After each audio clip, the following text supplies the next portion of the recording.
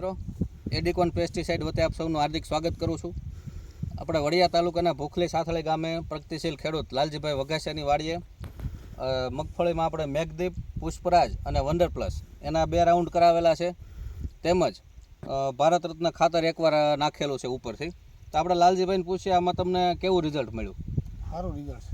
થોડુંક આમાંથી ઉપાડીને બતાવો ને.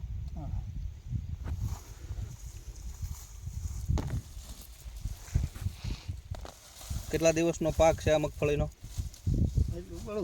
બસ બસ 75 દિવસ. આ બાજુ જ લઈ